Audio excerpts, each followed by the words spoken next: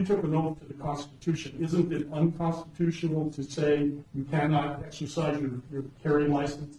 With one exception, and that is if there's an emergency, and I've declared an emergency for a temporary amount of time, I can invoke additional powers. No constitutional right, in my view, including my oath, is intended to be absolute. There are restrictions on free speech. There are restrictions on my freedoms. In this emergency, this 11-year-old and all these parents who have lost all these children, they deserve my attention to have the debate about whether or not in an emergency we can create a safer environment. Because what about their constitutional rights?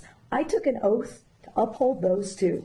And if we ignore this growing problem without being bold, I've said to every other New Mexican, your rights are subrogated to theirs. And they are not, in my view. Wait a minute. You're talking about crimes. There are laws against the crimes, so how are their rights? But again, if I'm unsafe, who's standing up for that right? If this climate is so out of control, somebody should do something. I'm doing as much as I know to do. Madam Governor, do you really think that criminals are going to hear this message and not carry a gun in Albuquerque on the streets for 30 days? No,